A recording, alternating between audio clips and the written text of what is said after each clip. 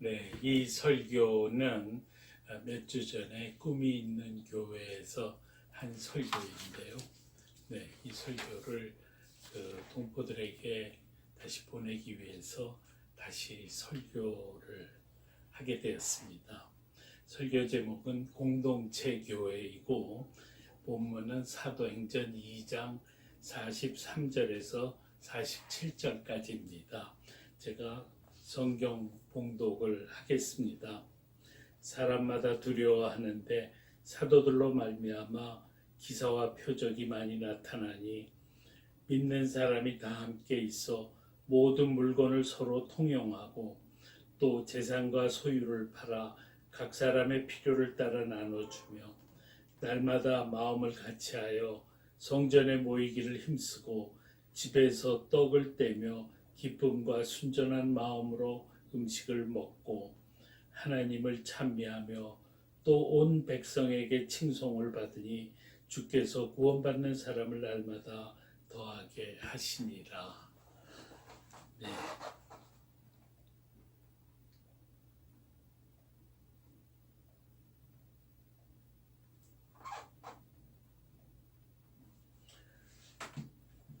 제가 동포들한테 질문을 하기를 한국 사람들이 우리 동포들을 보는 눈이 어떻습니까? 이렇게 물어보면 답변하는 사람마다 대부분 별로 호의적이 아닙니다. 이럽니다. 그 말을 듣고서는 참 마음이 착잡했습니다. 나도 요새 동포들을 사람들이 이야기할 때 그렇게 호의적인 말을 잘 듣지를 못했습니다. 과거에는 독립운동을 하기 위해서 만주로 떠난 사람들의 후손이다. 그래서 이렇게 좋게 봐주었는데 지금 우리 조선족 동포들이 그런 이미지를 유지시키는데 별로 성공하지 못했다. 그렇게 생각이 됩니다. 어떤 조선족들이 중국 정부의 지시하에서 문재인 정권의 총선 승리를 위해 댓글 부대로 활동했다고 폭로하는 내용을 인터넷에 올렸고 그 글이 사방으로 떠돌았습니다. 중국 정부가 문재인 정권을 당선시키기 위해서 뒤에서 공작도 하고 또 대가로 이권도 챙기는데 그 일에 조선족과 한족 유학생이 하수인 노릇을 하고 있다는 것입니다. 마치 이 말이 사실인 양 그렇게 인터넷에서 번지고 있습니다. 그리고 몇 년 전 촛불 집회에 한족 대학생들이 동원됐다라는 것은 지금 이미 공개된 비밀로 이렇게 되어 있습니다. 그래서 지금 이 동포들에 대한 부정적인 이미지가 상당히 깊게 퍼져 있는데 이거를 지금 우리가 고치지를 못하고 있습니다. 그리고 동포사회 어디서도 이 이미지를 고치려고 애쓰는 데가 없습니다. 그리고 과연 우리가 이 이미지를 잘 고칠 수 있을까? 그것도 굉장히 어려워 보입니다. 근데 이렇게 되면은 조선족 동포들이 한국에서 살아가기가 굉장히 척박해질 수밖에 없습니다. 근데 가만히 보면은 우리 동포들이 나라와 민족에 대한 생각이 좀 불분명한 것 같습니다. 그거를 역사의식이라고 그러는데요. 역사의식이 제대로 보이지를 않습니다. 시진핑에 대해서 어떻게 생각하냐 이렇게 물으면 아이고 우리는 아무 말도 못해요. 그게 끝입니다. 시진핑이 옳으냐 그르냐 그거에 대한 인식도 아예 없습니다.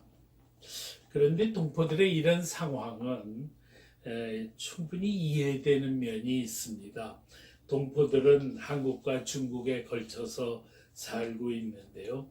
한국적을 얻은 사람도 있고 또 앞으로 자식이 있는 중국에 돌아갈 사람도 있습니다. 그러다 보니까 어느 편에 서야 할지가 불분명하기도 합니다. 반면에 한국과 중국과의 관계는 너무도 복잡합니다. 지금 한국은 한미 동맹이 굳건한데 미국은 중국과 맞대결을 하고 있습니다. 금년은 6.25 전쟁 70주년인데 중국 인민군이 한국군과 미군과 6.25 때 전쟁을 했습니다. 그리고 중국은 6.25 당시에 조선족을 총알바지를 써가지고 많은 조선족 군인이 목숨을 잃었습니다. 이렇게 상황이 어렵고 복잡하면 그럴수록 우리가 생각도 깊게 하고 공부도 많이 하고 무엇이 옳은가를 잘 헤아려야 하는데 우리가 지금 그러지 못하고 있는 것 같습니다.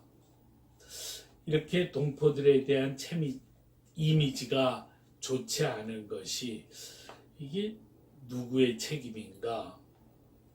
나는 최근에 한국의 조선족 교회들이 이 점을 교회의 책임으로 인식하지 않고 있은 것이 문제였다라는 생각을 하고 있습니다.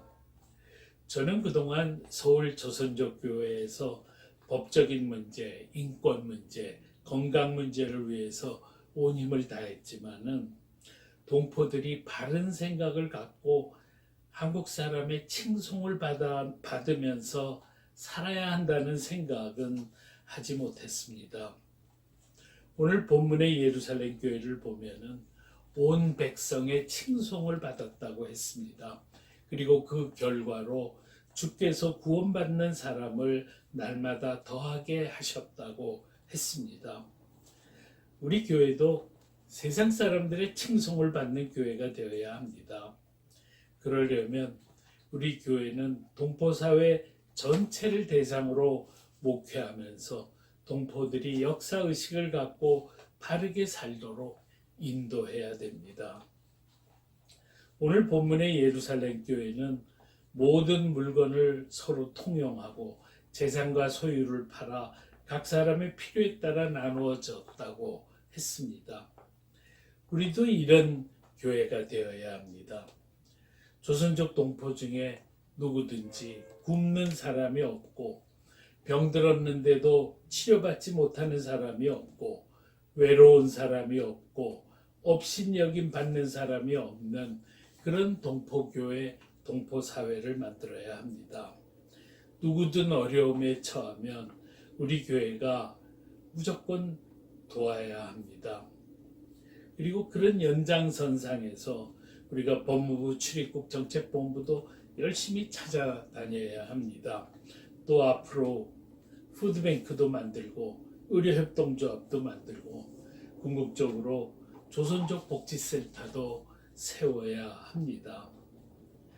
또 예루살렘 교회는 집에서 떡을 떼며 기쁨과 순전한 마음으로 음식을 먹는다고 했습니다.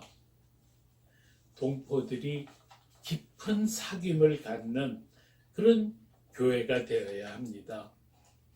동포단체를 만들어서 동포사회의 미래도 토론하고 동포사회의 공동의 꿈도 키워가야 합니다.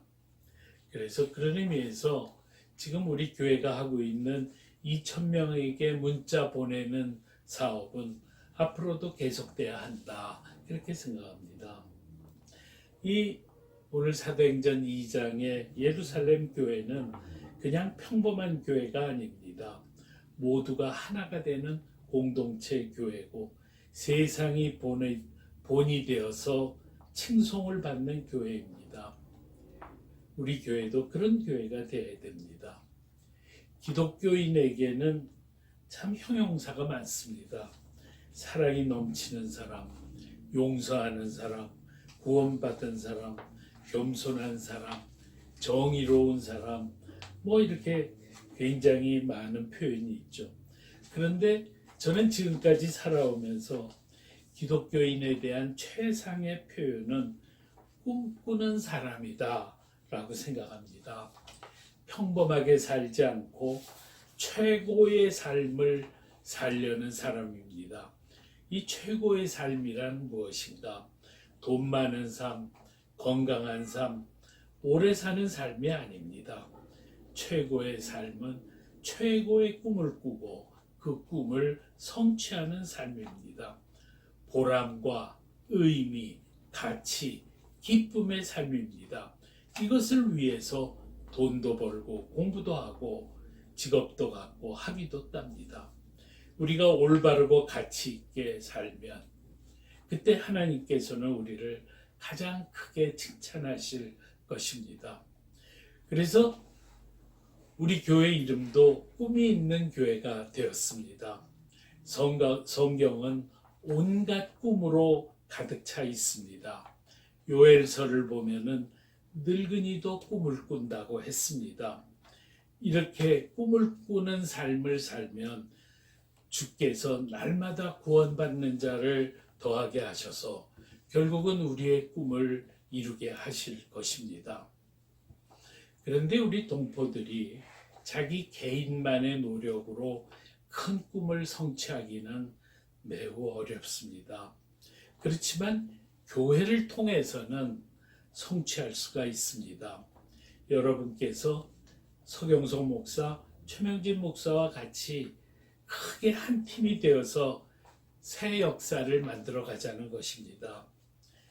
여러분께서 서경석 목사와 최명진 목사와 한 팀이 되어서 인생을 함께 살아간다고 하면은 그 참 괜찮은 거 아니겠습니까? 저는 지난 20년 동안 조선족 동포들과 보냈습니다. 제 생을 돌아볼 때 가장 의미 있는 20년이었습니다. 얼마 전에 저희 형님이 나한테 너 묘를 어디다 쓸래? 하고 물어봤습니다. 세문안교회가 납골당을 만드는데 신청 안 하겠냐고 물어봤습니다. 우리 집안은 대대로 세문안교회 집안입니다. 나도 중학교 때부터 미국 유학 갈 때까지 20년 이상을 세문안교회를 다녔습니다. 그렇지만 나는 세문안교회 납골당에 뼈를 묻고 싶지가 않습니다. 내 처는 경기도 양평에 가족묘지가 있어서 거기 묻고 싶다 그러고, 내 아버지와 할아버지는 독립유공자여서 현충원에 모셔져 있습니다. 그러면 나는 어떻게 하지? 나는 조선족 동포들과 같이 묻히고 싶습니다. 꿈이 있는 교회가 조선족 공원을 만들고 거기에 납골당을 만들어서 동포들과 함께 묻히고 싶습니다. 그래서 나는 이 모든 것을 할 수 있는 조선족 복지센터를 꼭 만들고 싶습니다. 얼마 전에 우리 교회에서 자기가 무시당했다고 하면서 몇 사람들이 교회를 떠나는 일이 발생을 했습니다. 저는 그 일을 겪으면서 크게 실망했습니다. 왜 사람들의 생각이 그거밖에 안 되나? 왜 큰 꿈을 꾸지 못하는가? 그런 정도의 불만으로 떠나는 것이 말이 되는가? 결국 큰 꿈, 큰 목표가 없었기 때문에 떠나는 거 아닌가? 그런 생각을 했습니다. 그런데 우리 같이 아무것도 아닌 사람이 무슨 대단한 일을 할 수 있겠는가? 라고 말하는 사람도 있을 겁니다. 그런데 그렇지가 않습니다. 하나님께서는 세상의 천한 것들과 멸시받는 것들과 없는 것들을 택해서 있는 것들을 패하게 하려고 하셨다 라고 고린도전서 1장 28절에서 말씀하고 계십니다. 바로 우리 같은 사람을 택해서 큰 일을 이루신다는 것입니다. 우리 교회의 꿈은 무엇인가? 60만 조선족 동포들이 행복하게 살 수 있도록 돕는 일, 그들에게 복음을 전하는 일, 그리고 이런 일들을 조선족 복지센터를 통해서 이룩하는 일입니다. 그 연장선상에서 납골당도 만들고 농촌에서 살기도 하고 중국의 조선족 동포까지 돌보는 일을 하자는 겁니다. 우리가 이런 일을 이루면 우리는 정말로 보람있고 의미 있고 가치 있는 기쁨의 삶을 살게 됩니다. 그리고 이런 삶을 살게 해주는 교회가 가장 아름답고 훌륭하고 의미 있는 교회가 됩니다.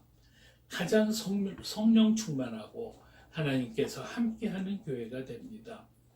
나는 여러분과 최명진 목사님과 함께 이런 교회를 세우고 싶습니다. 여러분, 이런 교회를 하려는 저와 함께 여러분이 함께 결단해 주시기를 바랍니다. 우리 다 같이 기도하겠습니다.